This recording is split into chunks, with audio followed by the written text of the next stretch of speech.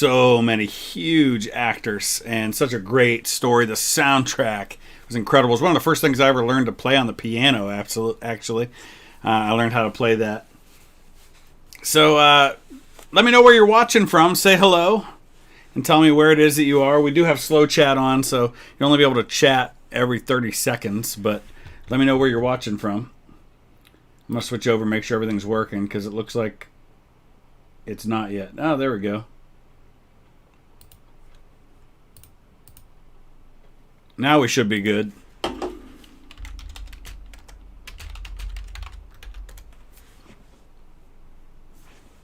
just typing in the chat to see if you guys can see me and hear me okay.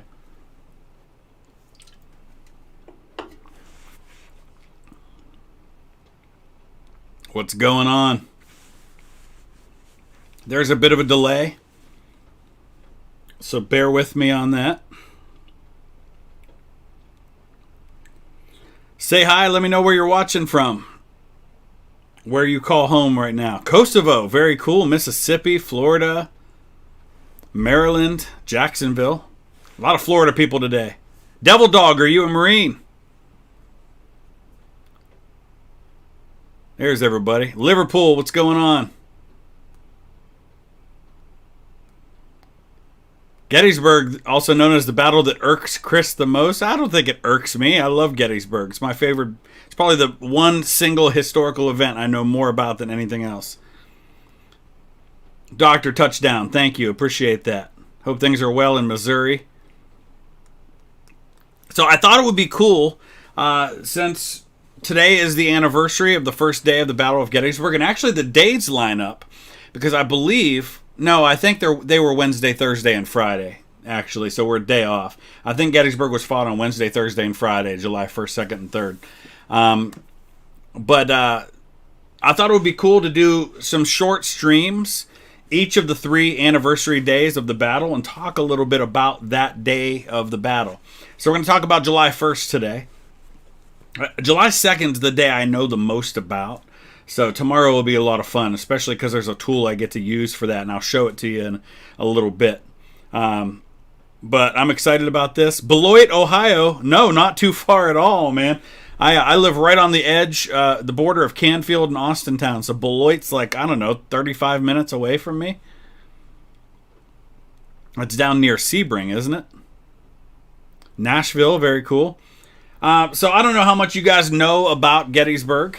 Some of this may be completely new to you. Others of you might know really well about the things that we're talking about. We're dropping some frames. Okay, good to know.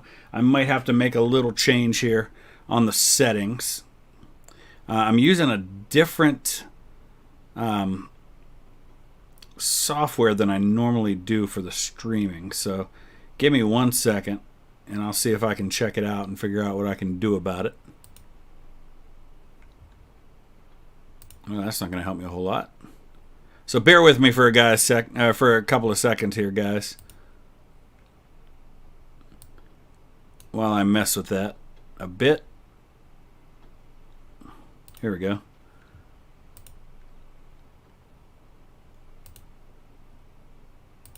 Oh, I can't change it while we are in the middle of the stream, so hopefully it gets better. I'm going to make sure everything else is closed on my computer. It looks like it is. Yeah, looks like there's a little bit of an issue, and I really don't know why. Huh. All right, let's make the best of it that we can. Hello, Sweden, Texas, Dayton. Bonjour in France. Roanoke, Virginia. What's up, Zach? Am I going to do Vicksburg? Yeah, at some point we're talking about Vicksburg. Hey, Pat, what's going on, man? It's good to see you. Pat was one of the people that was on our trip. He grows a much more epic beard than I can. I can't grow a beard at all, so I can't even grow any kind of a beard, let alone an epic beard. But yeah, he was one of the people who was there for our cleanup project. You see him in some of the shots. Pat, are you? Did I see you say somewhere that you might be considering going on our trip to Normandy next year? Because that would be awesome to be able to reconnect with you on that. Joseph, what part of the UK are you in? Yeah, it was raining really heavy here earlier. I was at my grandfather's house. You guys are going to be hearing about this very, very soon. I grew up around music. Music's been a part of my life as long as I've been alive. I was raised by my grandparents. My grandfather had bands all my life growing up. And so he had various bands at different times, an oldies band, a country band, things like that. Well, he's gotten the band back together. My grandpa's 81 years old, but still very active and still loves music, still got a great voice, still plays. All right, let's see if it's better now.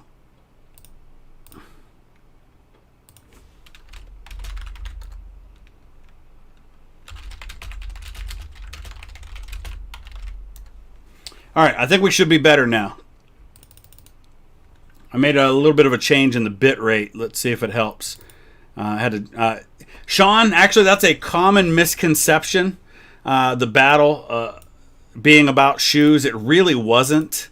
That's really one of those kind of later inventions that people have added to the story. It really, Harry Heath's division was not marching into Gettysburg looking for shoes. So no, it really wasn't about that at all. All right, I think we're good now. So let's talk a little bit about the first day. We're going to talk about the first day today, and I will schedule the streams. Once this stream's over, I'm going to schedule the next 2 days streams. So you'll be able to see exactly when those are going to start and be able to plan for those ahead of time.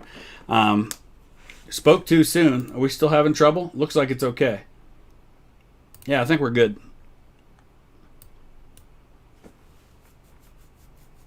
So many here from Columbus. I'm going to be in Columbus in a couple weeks.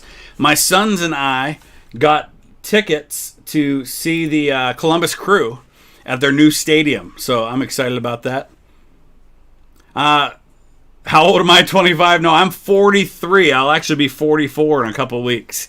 And my oldest actually turns 16 on Saturday. And my grandpa was 38 years old when I was born. So yeah, he was pretty young as a grandpa. My grandma was 34 when I was born. You're at an 1812 reenactment right now. Very cool. So the battle starts, and it's kind of interesting how it starts because the Confederates come in from the north and the Union comes in from the south in this battle, which is pretty crazy. Gloucester, England. Very cool, Harrison. Hopefully I get to visit you soon. Our plan was actually to go to the UK. If COVID hadn't shut down travel, I'd be in the UK right now. We would have left this week to go to the UK. That was our plan. So, Nathan, I'm well. How about yourself? There were a lot of Irish people who fought on both sides, guerrilla. So the Confederates come in from the west and the north. The Union comes in from south and southeast. Primarily, the Union comes in through these three roads here. The Emmitsburg Road, which runs down to Emmitsburg, Maryland, as one might expect. The Taneytown Road going down to Taneytown, Maryland. And the Baltimore Pike that runs down to Baltimore. Can I turn down my slowdown? No, sorry, I can't because we get too many people in the streams and it gets crazy and impossible to keep up with. So, do I support any football teams outside the U.S.? Yes, West Bromwich Albion in England and the Rangers in Scotland. So those are my teams.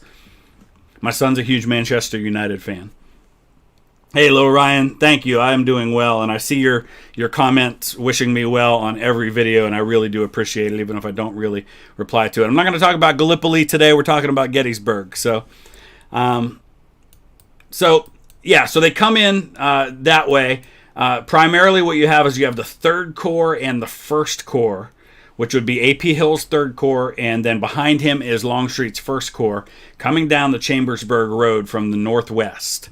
For the Confederates. And then Ewell's 2nd Corps comes in from the north from a couple of different roads, the Mummersburg Road, the Harrisburg Road, and the Carlisle Road. They're up all the way.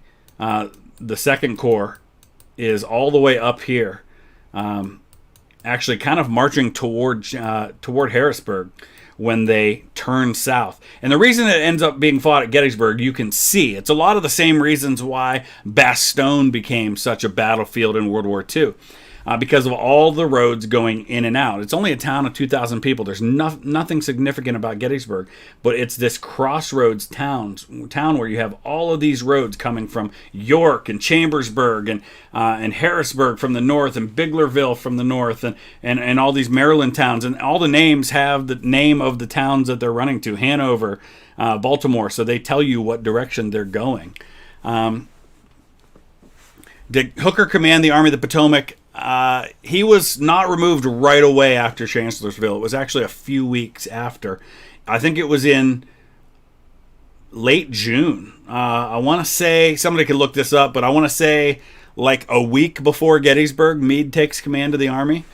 So it was a good month and a half after Chancellorsville before Hooker was finally removed. Favorite battle I've been to would be Gettysburg.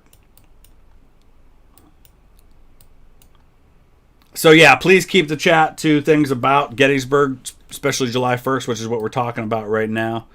The Confederates could not have attacked Washington. Washington at this point is the most heavily fortified city on earth.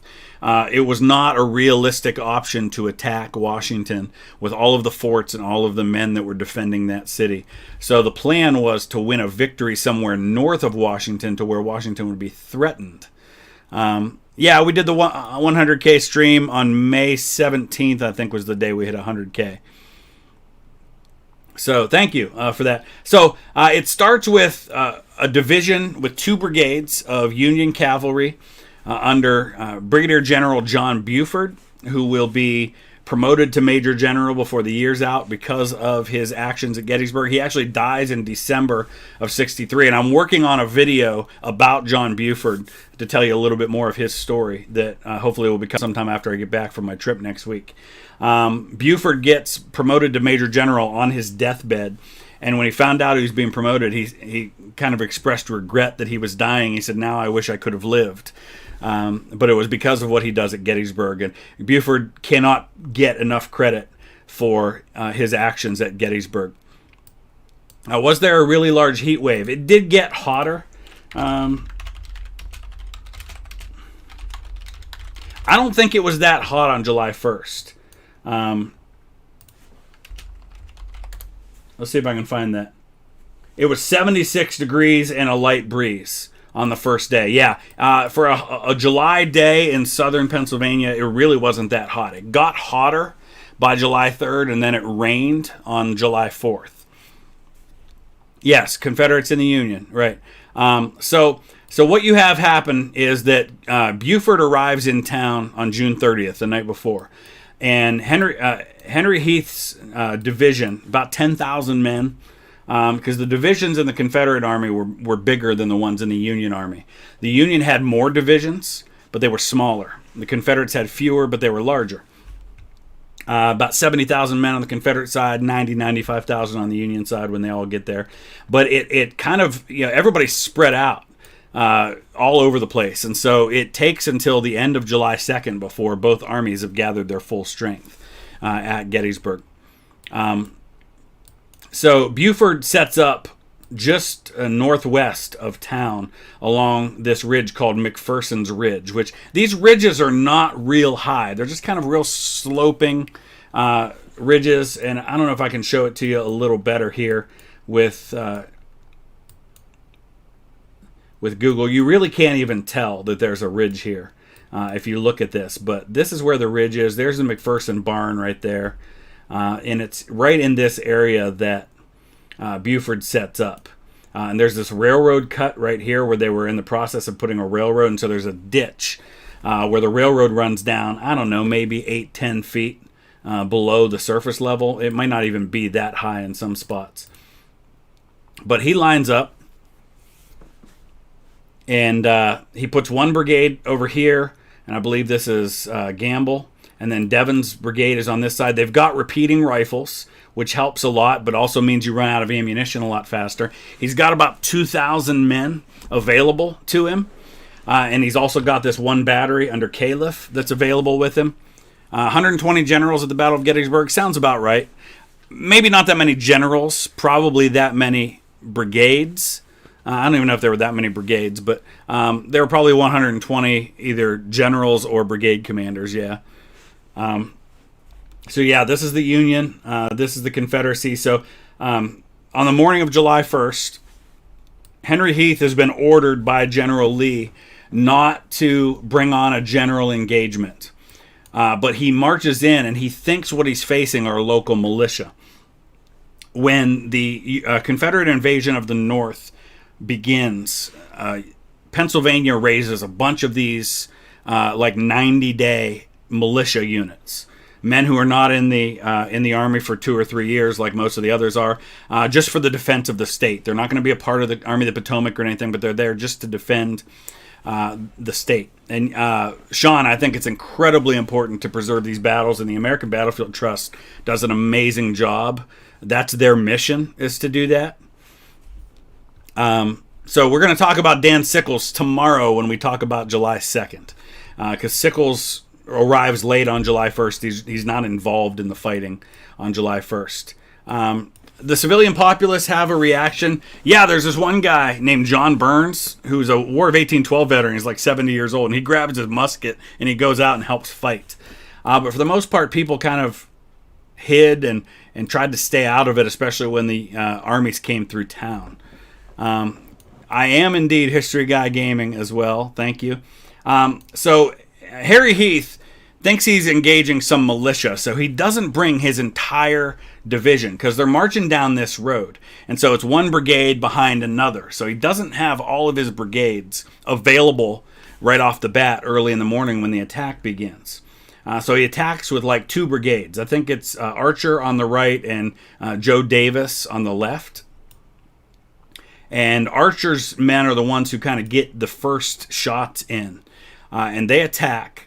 And he's able to throw them back. Buford is. And he's able to hurl back that initial attack. And he sends a message to General Reynolds, who Reynolds is a Pennsylvania guy. He's actually from Lancaster, Pennsylvania, which is pretty close to Gettysburg. No, they were not draftees, Zach. I believe they were volunteer men that were raised for 90 days. Nebulous, we'll get to Pickett's charge when we get to day 3. So how did Meade get orders out to each corps? Well, so what Meade actually did was he had his army, because they were so spread out and Meade was so new to command, he actually had, if you think like at Fredericksburg, they had these grand divisions. He had a similar situation where he had 2 wings of the army. He had a left wing and a right wing, and each wing was under a wing commander. And Reynolds was in charge of the wing that was closest to Gettysburg. It was the 1st Corps, the 3rd Corps, and I think the 2nd Corps, but I could be wrong about that. And I think Henry Slocum is in command of the other wing of the army. Might have been Sedgwick. I can't remember for sure. But Reynolds is in command of this wing of the army, and Reynolds' 1st Corps is the closest corps to Gettysburg. They're down here at this point, you can see. And Buford sends a messenger back to Reynolds to tell him, please get here with your infantry as quickly as you can. We cannot hold them. If Heath gets his whole 10,000-man division in line, there's no way these 2,000 cavalrymen can hold. Judah, I'm sorry, I didn't see your message. No, I'm not talking about Minecraft right now, sorry. Yeah, Lancaster, Nicholas, I know it's Lancaster, Pennsylvania, but in Ohio, we have a Lancaster, and it is pronounced Lancaster. It's funny how that works. Would the Confederacy have been around if McClellan was going to be president? No, I think the Union still wins the war, even if McClellan's elected. He wouldn't have taken office till the end, or till March, and by then the war was over. It really was. So, no, 1 to 3 million horses did not die at the Battle of Gettysburg. There weren't that many horses in the entire Union Army, I don't think. 1st and 11th. Well, yeah, the 11th Corps. Yeah, I'm sorry. 1st, 3rd, and 11th Corps would have been under Reynolds at that point. Because, yeah, the 11th is the one that arrives second. So Heath is not able to break him, and he doesn't realize he's facing militia right away, or that he's not facing militia right away. And so then he brings up the rest of his division, which is Brockenbrough. Who else? I think Scales and Perrin. These guys are in Lane. These are a different division. but he gets the rest of them into position. And so then what happens is, just as Buford's not able to hold anymore, that's when the infantry arrives on the scene. And it's Lysander Cutler who moves in on the right side where Devon had been, and Solomon Meredith moves in on the left side with the Iron Brigade. So Reynolds and Hancock. So Reynolds kind of makes the decision that, yeah, this is amazing ground. Buford understands the importance of the terrain here. And the Union has generally fought on unfavorable terrain in past battles. So here's an opportunity they have to have the high ground, to have the better ground. And 1 to 3,000, that sounds about right. Yeah, Pettigrew would be in Heath's division. And so just as that happens, you got Cutler and Meredith rushing in. And Reynolds rides up, and he's actually right in this area around McPherson's Ridge. He's kind of spurring on the Iron Brigade into action, one of the Wisconsin regiments, the 6th or the 7th Wisconsin. And he's actually got his back to the Confederate lines, and he's encouraging the men on, and he gets hit in the back of the head by a bullet and killed. He's one of the highest ranking Union officers to die during the entire Civil War. What battle in the Civil War was most vital to Union victory? I'd say Vicksburg.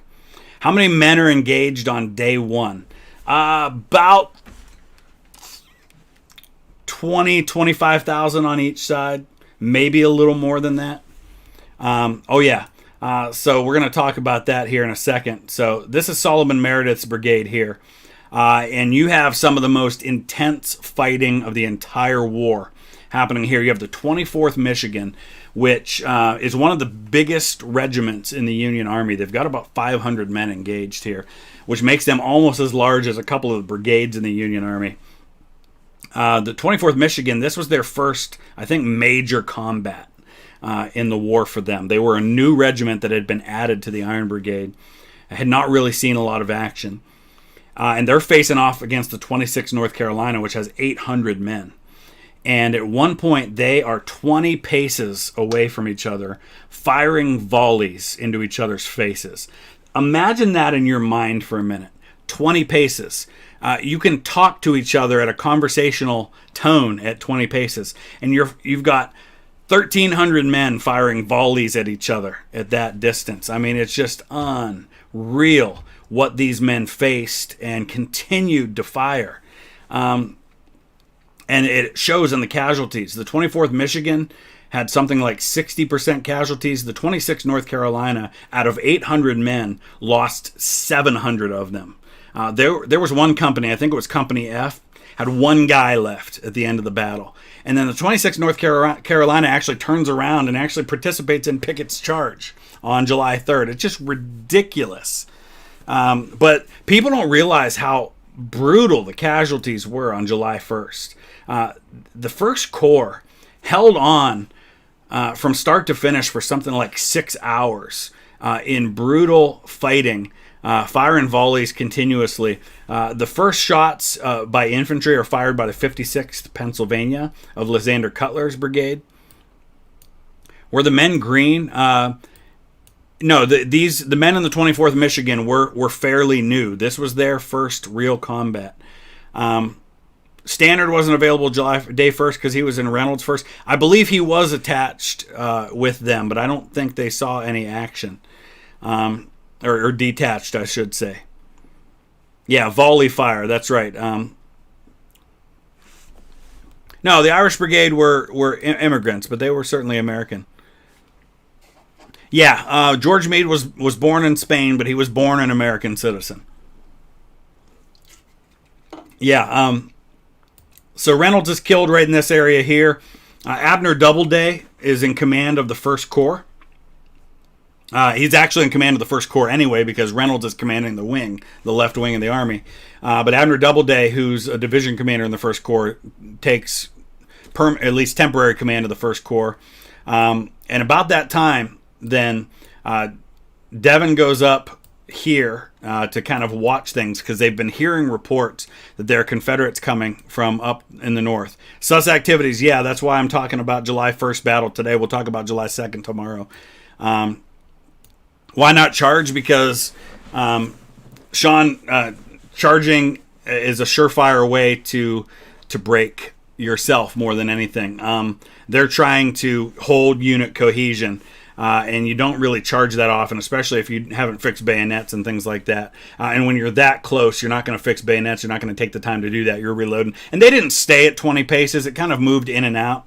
What wouldn't have happened if Reynolds would have happened? I don't know if a lot would have been different if Reynolds hadn't been killed, except that he would have retained overall command instead of Oliver Howard. And so I don't know what that might have meant. But Oliver Howard arrives with his 11th Corps. And it's kind of interesting how this happens because you have units coming in at this steady pace and they're kind of counterbalancing each other. As more Union men come in, more Confederates come in, and it kind of, the numbers stay pretty balanced. And so Oliver Howard comes in with his 11th Corps and starts to line up here to the north because they know that Ewell's coming down with his 2nd Corps.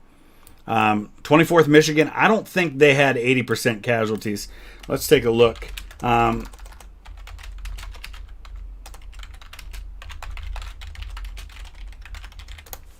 don't think it was that high.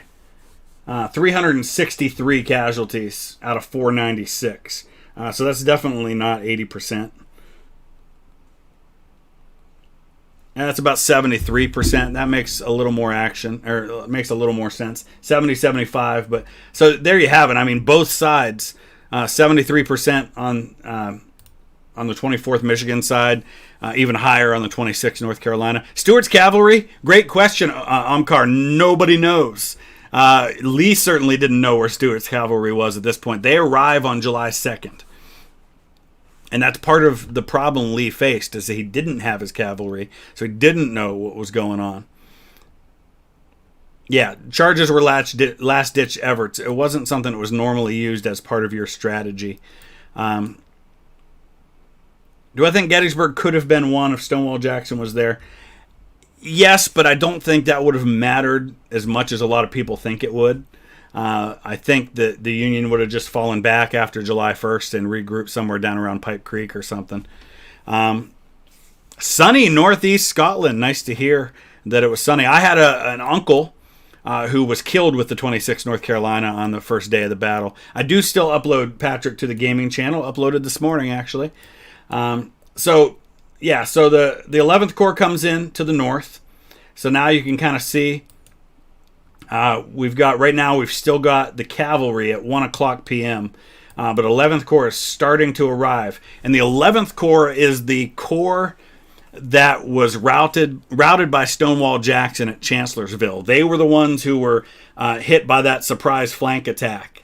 And a lot of people gave them flack for that. They didn't so much blame Oliver Howard as they did all of his immigrant soldiers. A lot of his brigade commanders and most of his soldiers in the 11th Corps were immigrants, particularly German immigrants. And so it was easy to blame these immigrants for the debacle that happened. And so the 11th Corps comes in looking to redeem themselves after Chancellorsville. And so they move into the north. You can see here. So now Cutler is actually shifting over further this way. The Confederates have temporarily kind of stopped their attack, and they're all regrouping on both sides. Your hometown's Lancaster, Ohio. Yeah, that's where Sherman's from. That's right. Yeah, Oliver Otis Howard. And Howard's a young guy. He's like 31 years old at this point. He's barely in his 30s. I know I've been to the spot where the 26th North Carolina and the 24th Michigan fought. I mean, I can't know exactly where he was killed. And all of the Confederate dead, for the most part, from this battle were reburied in Hollywood Cemetery in Richmond. Most critical event that determined the outcome at Gettysburg. There were several, but number one was, as we're talking about July 1st, number one is Buford's decision to hold. outside of Gettysburg instead of falling back, trying to meet up with reinforcements. But also Oliver Howard, while he deservedly gets a lot of criticism for what happened on July 1st, he also made a really important tactical decision to leave some of his men to hold Cemetery Hill. And that becomes one of the key moments in the battle, too. Buford, Gettysburg was really kind of his last battle. He died in December of that year. Some kind of illness like typhoid fever or something. If I were in control of the Union defenses, I don't know that I would change a whole lot. Nathan, I 100% agree with you. Howard was not a bad officer. And you can see that by the fact that he was trusted with command later in the war. Same with Hooker, same with Burnside. These were guys whose careers did not end over some of these things that happened. Howard found himself in bad situations, and I don't know that he performed badly at Gettysburg. I think they just got overwhelmed. But the First Corps, man, what they did, they held all day on the left, and the only reason they eventually have to fall back is when the 11th Corps starts to collapse on the right. So you can start to see now how this is all going down. You've got, I think Jubal Early's brigade is coming down from this side. You've got John Gordon, Harry Hayes. And an interesting thing happens here. This is Barlow Knoll. It wasn't called that at the time. It's named after Francis Barlow, who was a Union division commander, another young guy who was wounded and captured at Gettysburg. And one of the first people he encounters is John Gordon, who is the Confederate commander of the men who capture him. I think it was called Blotcher's Knoll before that. And Barlow and Buford become lifelong friends after they meet at Gettysburg.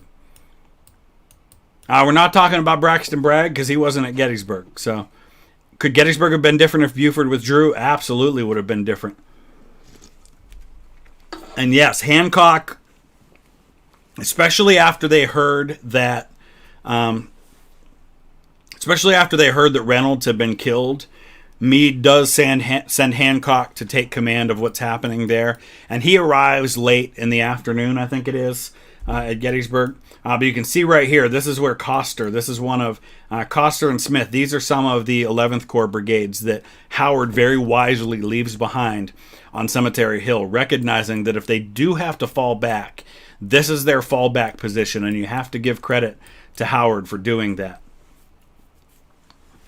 Was Ewell too naive? I don't know that Ewell was naive. Remember, these two corps commanders, Ewell up here and a Hill over here, for both of them, this is their first battle in command of a corps. And these are new corps. Okay, before this battle, there had been two corps in the Confederate Army. You had Longstreet's 1st Corps and Jackson's 2nd. Well, they've reorganized into 3 corps. And so the 2nd and 3rd Corps are brand new units with brand new commanders. And Hill and Ewell were both very capable. In fact, they were excellent division commanders. And this was just one of those examples of men who were great at one level but did not achieve that same level of success at the next level of command. Yeah, I don't know that it was... Yeah, you can kind of see the salient formation. What they're doing is they're building their formations around the terrain. And so Barlow's building around Barlow's Knoll. And here you're kind of lined up along McPherson's Ridge. So they're trying to hold to the terrain as best they can. Abraham Lincoln, thank you, sir. Appreciate that. We'll talk about Chamberlain's bayonet charge tomorrow when we talk about July 2nd. I'm going to be doing streams every day. And I will schedule the stream for July 2nd as soon as this one's done. So you guys will know exactly when that's going to start tomorrow. But keeping my chat and the questions to Gettysburg, if at all possible. Most of the civilians, I think, for the most part, kind of hid in their homes, especially when the battle comes to the town, which it will pretty soon. Vicksburg surrendered at the same time Pickett's charge is going on July 3rd. Vicksburg is surrendering. George Meade is the commander at Gettysburg, and he's new to command. He's been the commander of the Army of the Potomac for like a week when this battle happens, but he's not here on July 1st. He arrives like around midnight that night because the Union Army is spread out all over the place. A lot of them are down here in Maryland still. So you've got the 11th Corps Up here, you've got the 1st Corps here. You've got the 3rd Corps starting to make its way in this direction, but they won't arrive in time to do anything during the first day of the battle. Iverson's brigade was one of those attacks that did not go off well. I think they're over here. Is this Iverson right here? Yeah, there's Iverson. Iverson,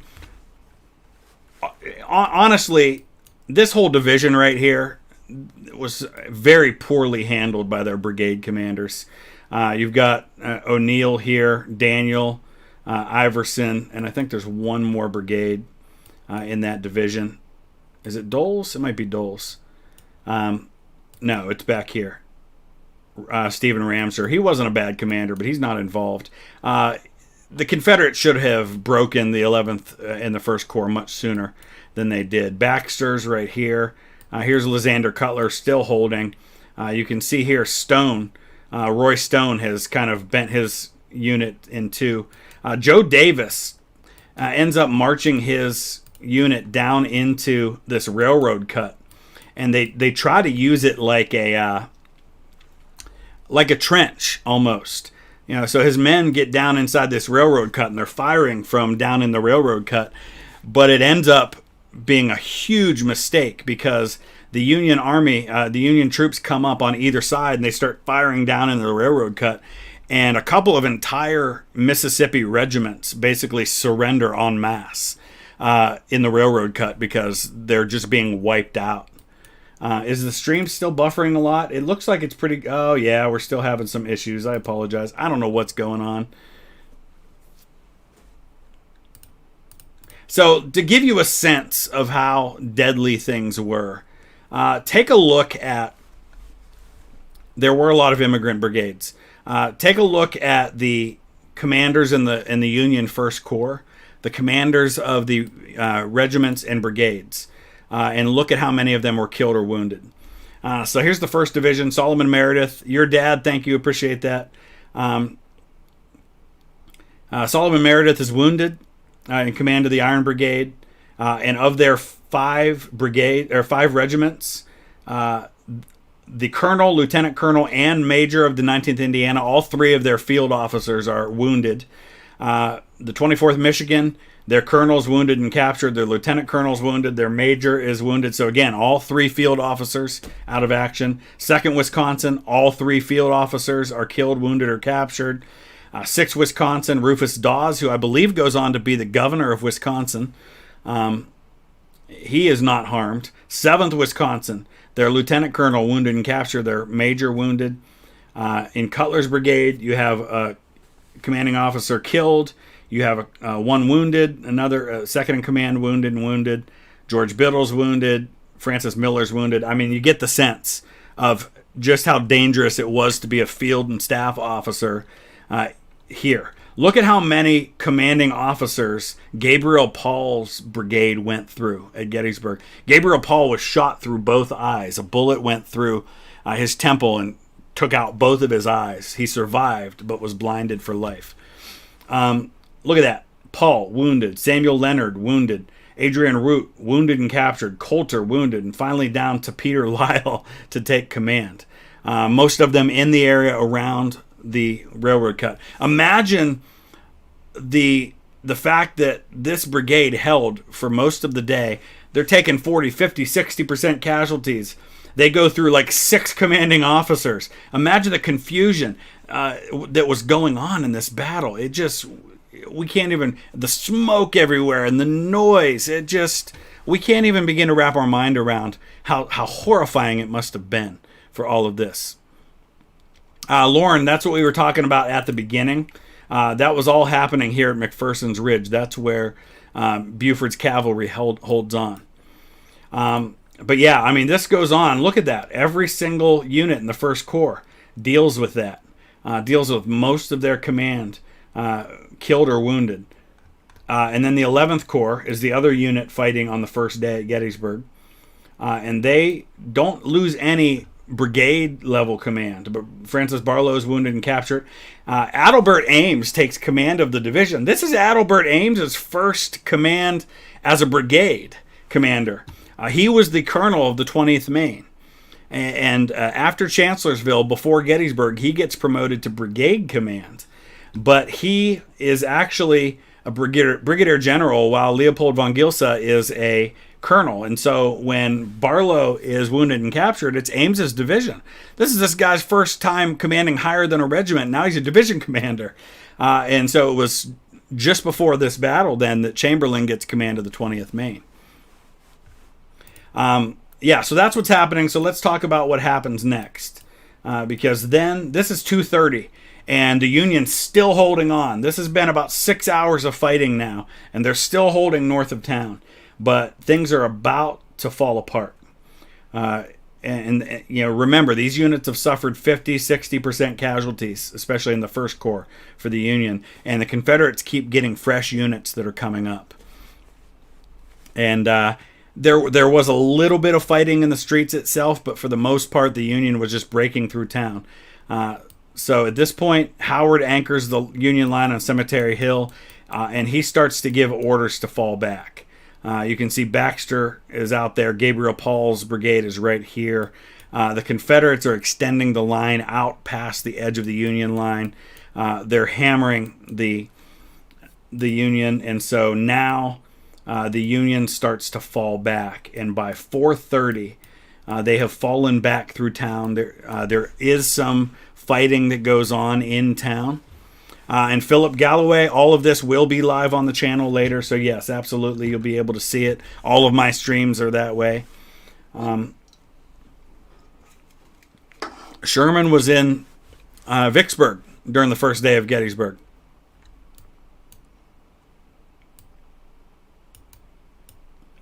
So that's when they kind of dig in here.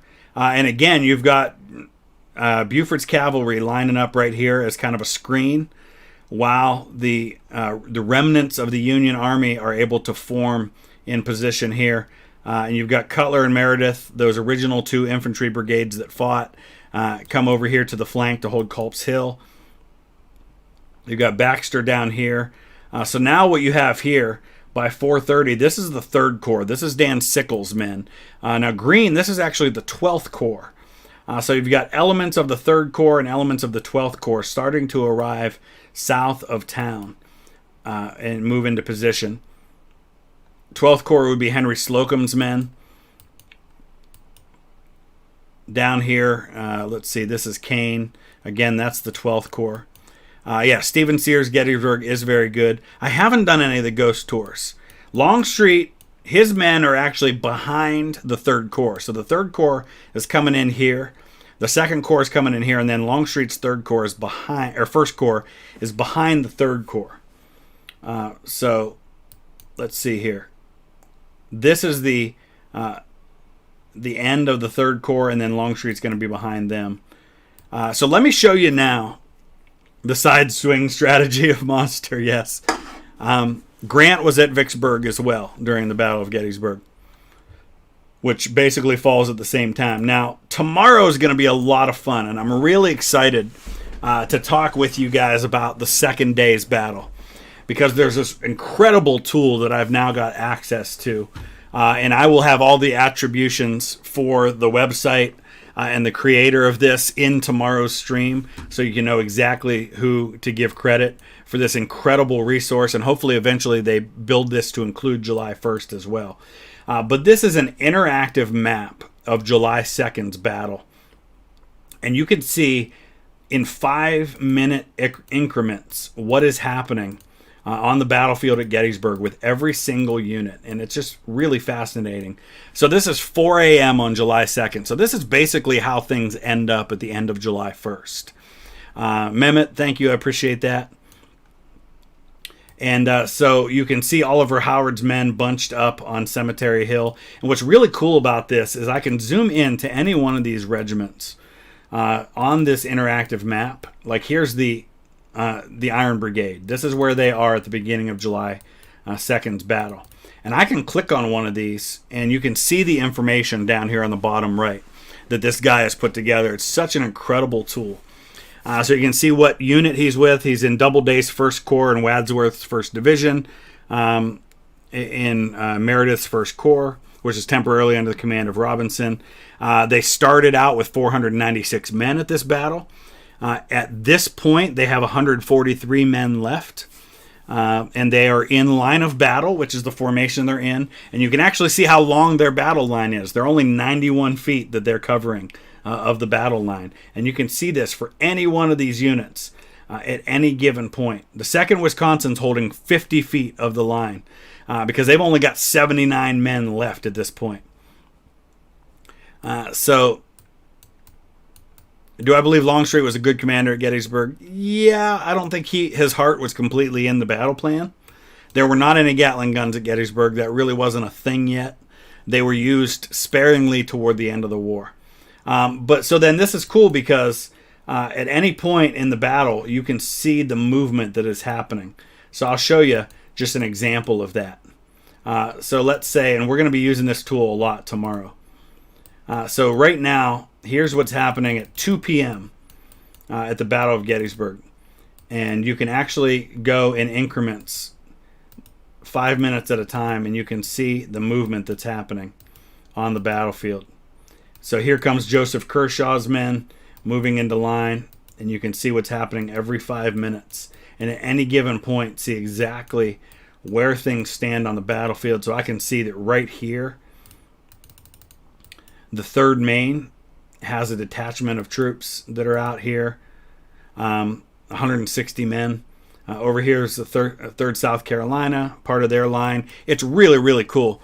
What was the weather like? It was about 75 degrees and kind of breezy on the first day. Got a lot hotter on the 2nd and 3rd day.